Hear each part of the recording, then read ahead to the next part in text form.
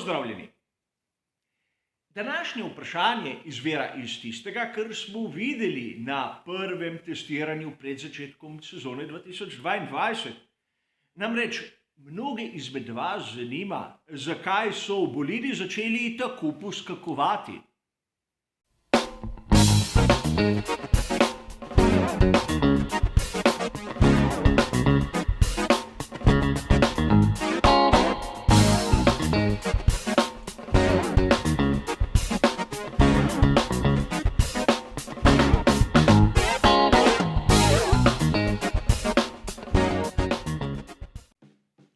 Marsikdo izmed vas, navdušencev Formule 1, je začudeno pogledal, ko so objavili posnetek sodobnih bolidov Formule 1, ki dobesedno skakljajo na progi v Barceloni. In marsikdo izmed vas me je tudi kontaktiral, zakaj pravzaprav gre. V raznih virih je bilo tudi mogoče opaziti take in drugačne članke, ki so hoteli ta pojav razložiti.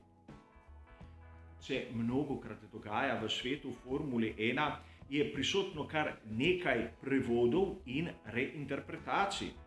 Zato je izjemno težko dobiti nek sistematičen članek, ki bi razložil zadeve od začetka do konca, tako da bi lahko navdušenci dobesedno razumeli, zakaj gre in da konec koncev ni nič nepričakovanega in tako strašnega. Začelo se je že pri direktnem prevodu imena samega pojava. V angleščini porpoising, ki nekako izhaja iz obnašanja vodnega sesalca, ki ga v slovenščini imenujemo pliskavka. Seveda spada v družino delfinov, ampak marsikateri navdušenec iz takega ali drugačnega prevoda ne bo vedel, zakaj gre. Zakaj ga ne imenujemo običajno skakljanje? Tako bo vsak, tisti, ki je bolj ali manj vešč sveta Formule 1, takoj razumel, zakaj gre. Verjamem, marsikateri avtor bo tako izgledal manj učen, ampak menim, da to ni bistvo. In poleg tega moramo popraviti še kar nekaj nepravilno navedenih dejstev. Naprimer tega, da v Formuli 1 4 desetletja nismo imeli talnega efekta. Talni efekt iz sveta Formule 1 ni nikoli izginil, le s takimi in drugačnimi ukrepi so ga manjšali. Letos so zopet dovolili, da bolid na dnu uporablja obliko, ki ponazarja Venturijevo cev. In to je tisto, kar je bilo značilno za znani Lotus 8 in 79, ki sta bila prva dva bolida, ki sta nekako začela izkoriščati zračni tok tudi tam spodaj na samem dnu. Dosti je bilo govora o Venturijevi cevi, ki ni nič kaj takega. O njej smo mnogokrat govorili v prispevkih na tem kanalu. Danes si bomo pogledali neko posebnost, ki je bistvena pri razumevanju tega pojava skakljanja. Seveda, mnogi so začeli omenjati Lotus 79 in kot običajno, tu imamo priročnik. In v tem priročniku je ogromno dokumentov in slik, ki so drugače malce težje dostopna publiki. Pozornost bi rad usmeril na model, ki so ga uporabljali takrat v vetrovniku. Kolikor pogledamo tu spodaj, bomo opazili, da so razdaljo med dnom in seveda tisto površino, ki ponazarja asfalt, dobesedno zatesnili s trakom. Tudi na pravem Lotusu 79 smo imeli to razdaljo dobesedno zaprto. Zavesico. Zato je Venturijeva cev delovala, ker je bila tudi na straneh zaprta. Ako so v sezoni 1983 v Formuli 1 nekako zapovedali uporabo ravnega dna, še zdaleč ne pomeni, da talnega efekta ni bilo. Bilo ga je manj. in tudi to razdaljo med asfaltno površino in samim ravnim dnom ni bilo več dovoljeno nekako zapreti. Ampak v aerodinamiki se lahko s pomočjo uporabe vrtinca doseže marsikaj. Ker mnogi trdijo, da 4 desetletja nismo imeli talnega efekta v svetu Formule 1, pa sam vprašam, kaj pa je v bistvu funkcija difuzorja? Zakaj po tragični smrti Ayrtona Senne v Imoli 1. maja leta 1994 so v Formuli 1 uvedli tako imenovano desko, plank ali skidblok, prav zato, da so dvignili ravno dno od samega asfalta in tako preprečili podoben pojav, kot ga vidimo danes v Barceloni. In seveda, zakaj so bili bolidi prejšnje generacije tako težavni pri prehitevanju? Mnogi boste dejali, zato ker so bili levo in desno od samega bolida taki vrtinci, da pravzaprav nisi mogel mimo. Ampak zakaj so tisti vrtinci bili? Ne zato, da bi nasprotnemu bolidu preprečili prehitevanje, ampak zato, da so zatesnili tisto razdaljo med ravnim dnom in asfaltno površino. Torej, pravljica o neobstoju talnega efekta v zadnjih 4 desetletjih smo videli, da v bistvu je ena sama velika laž in izhaja iz nepoznavanja tehnologije Formule 1. A sedaj je treba razložiti, zakaj za hudiča bolidi skakljajo po sami asfaltni površini. In kot običajno si bomo pomagali z maketo. Ker smo videli v posnetkih, da je najprej skakljal Ferrari, sem tudi izbral bolid Scuderie, kar pa ne pomeni, da pri drugih ekipah nimajo podobnih težav. A najprej moramo razumeti, da samo vzmetenje bolida Formule 1 v resnici ne loči med tisto silo, ki jo proizvaja dno oziroma talnim efektom in naprimer tisto silo, ki jo proizvede zadnji aerodinamični stabilizator ali prednji. Bistvo je, da bolid Formule 1 se potisne k tlom. In ker so pnevmatike edina stična točka, se preko obes ta sila prenese. In seveda, v obesah so tudi zmeti ter blažilci. In ko pride do tega prenosa sile na same pnevmatiki, seveda vzmeti in blažilci se nekako stisnejo ter bolid dobesedno se zniža. Kolikor pogledamo moderne bolide Formule 1, ki smo jih lahko videli na testiranju v Barceloni, bomo v primerjavi s tistim, kar smo lahko gledali lani, takoj očitno, da je razdalja med asfaltno površino in dnom bistveno manjša in tudi kot je enak 0 stopinj. Nimamo tistega tako imenovanega rejka ali kota ravnega dna nad asfaltom, o katerim smo govorili v prejšnjih sezonah. To tudi zaradi tega, ker nimamo vseh tistih struktur, ki so skrbele za to, da je bilo to območje zatesnjeno. Sedaj lahko že počasi začnemo razumevati, zakaj gre. Namreč sedaj, če si zopet ogledamo ta posnetek in to rahlo upočasnjen, bomo kaj hitro ugotovili 3 zanimive zadeve.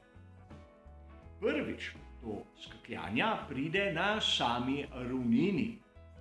Skakljanje je ritmično, ima kot neke vrste frekvenco.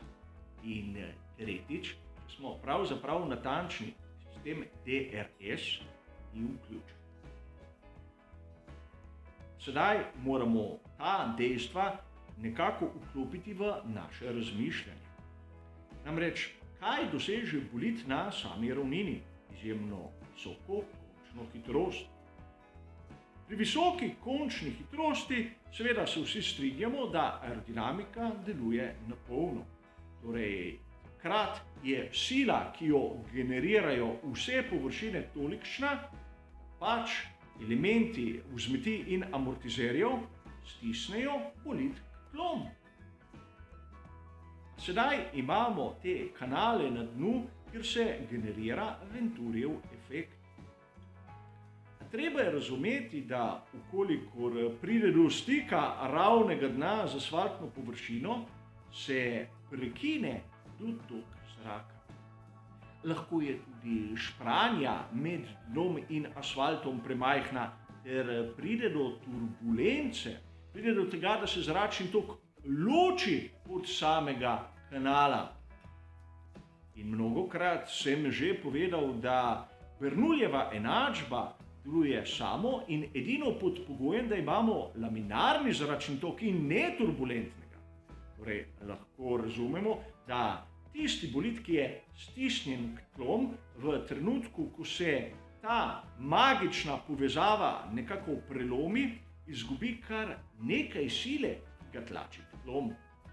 Če verjamemo Giorgio Pioli, je bilo v prejšnji generaciji razdeljeno približno tretjina na prednjem aerodinamičnem stabilizatorju, tretjina na zadnjem in tretjina na samem dnu. Sedaj v novi generaciji imamo te odstotke rahlo drugače. 25 in kar 50. Torej, ukolikor pride do krajšega stika z asfaltom, izgubi kar naenkrat bolid polovico tistega aerodinamičnega oprijema. In ko to izgubi, je seveda sila na same vzmeti in amortizerje manjša. In seveda, ko se to zgodi, se bolid enostavno dvigne. Ko se dvigne, se špranja med samim asfaltom in dnom zopet zveča. Pretok zračnega toka ni oviran in zadeva začne zopet delovati, ker potisne šasijo zopet proti tlom. In to se lahko ritmično ponavlja, kot smo videli na samem posnetku. In sedaj bo bistveno vprašanje, zakaj sem omenil sistem DRS. Pazili smo, da do tega pojava pride ob točno določeni hitrosti. In takrat bolid na ravnini pospešuje. Zaradi tega pride do navidesnega premika težišča nazaj. Seveda ob zviranju lahko opazimo, da pride do tega premika na prednjo os, ampak tukaj gre na zadnjo os. Če k temu prištejemo še tisto silo, ki jo generira zadnji stabilizator, nam je jasno, da do kritičnega seštevka pride tu zadaj. Ste mogoče, ki je prebrali, da ukolikor bolid odpre sistem DRS, je sila na zadek premajhna, da bi do tega prišlo, in v bistvu skakljanja ni. Izjemno enostavna rešitev tega problema, ki konec koncev sploh ni tako velika težava, kot nam nekateri jo prikazujejo. In sedaj nam je tudi jasno, da rešitev tega pojava je v bistvu enostavna in lahko govorimo o različnih smereh. Najprej lahko se dvigne tisto minimalno razdaljo samega bolida od tli. Kot drugo, lahko se vgradi malce trše vzmeti v samo vzmetenje, kar bi tudi omililo, če ne že izničilo sam ta pojav. In tretjič, lahko se dobesedno zmanjša oprijem na zadnjo os. Obstaja tudi rešitev, ki smo jo videli v letu 1980. Pri bolidu Ligier JS11/15 so imeli tako količino talnega efekta, da je ta dobesedno polomila obese, ko je bolid stisnila proti tlom. Zato je Gérard Ducarouche izumil tako imenovan klepet ali dobesedno ventil, ki se je odprl in izpustil določeno količino zraka, ko je bila količina talnega efekta prevelika. Seveda gre za mobilno aerodinamično površino in zato je ta s pravilnikom prepovedana. A danes poznamo naprimer sistem DRS, ki tudi spada v to kategorijo, ampak je izrecno dovoljen, kolikor bi imele ekipe take gromozanske težave, vidite, da imamo tudi neke vrste skrajno rešitev. A sedaj se moramo vrniti k naši maketi. Mnoge izmed vas verjetno sedaj zanima, zakaj v preteklosti nismo imeli takih pojavov. Imeli smo jih, ampak razni viri jim niso dali takega poudarka, kot smo videli danes. Če prebiramo knjigo Adrija Newaya, je lahko eden izmed vzrokov nesreče Ayrtona Senna prav nekaj povezano s tem pojavom, ki sem vam ga opisal pred nekaj minutami. A verjetno sedaj marsikoga zanima, zakaj v prejšnji generaciji bolidov nekaj takega nismo videli. Enostavno zaradi tega, ker ravno dno je bilo postavljeno pod kot, zato je bil zadek dvignjen in seveda generatorji vrtincev v bokih so tako zatisnili območje ob straneh, da v bistvu so si ekipe lahko privoščile višjo razdaljo med samim asfaltom in bolidom. Danes, kot sem že omenil, je to rahla težava, ampak že s tem, da bi na zadek montirali malce močnejše vzmeti, bi verjetno zadevo rešili. Ampak zopet pridemo v začaran krog, namreč imamo novejšo tipologijo pnevmatik, ki so nižje, zaradi tega, ker se mora uporabljati 18-palčna platišča. In verjamem, marsikaterim navdušencem so 18-palčna platišča všeč, ker 13-palčna so tista, ki jih vidimo naprimer na samokolnicah. A zopet smo videli, da vsaka sprememba na bolidu Formule 1 lahko privede do želenih, ampak tudi neželenih učinkov. A upam, da smo sedaj s tem nekako skupaj prišli do konca tega izjemno zanimivega vprašanja. A za konec bi rad dodal še osebno razmišljanje. Kot smo lahko razumeli, lahko pride do skakljanja ob točno določenih pogojih in verjetno bi se dalo zgoditi, da je kaka ekipa te pogoje tudi umetno ustvarila. V zakulisju lahko slišimo še zmeraj, da prihaja do boja glede omejitve proračuna in nekatere ekipe so lahko tudi umetno ustvarile to vzdušje, kot da je pri novi generaciji bolidov nekaj strašno narobe in da rabijo sredstva, da bodo to enostavno popravile. A kot sem vam že povedal, po mojem osebnem mnenju, rešitev tega problema je izjemno enostavna. Ali prihodnost bo pokazala, kdo je imel prav? A upam, da smo sedaj razumeli, zakaj do tega prihaja in kaj pravzaprav je skakljanje. Za danes, kot običajno, bo to vse. Hvala za vašo pozornost ter seveda nasvidenje.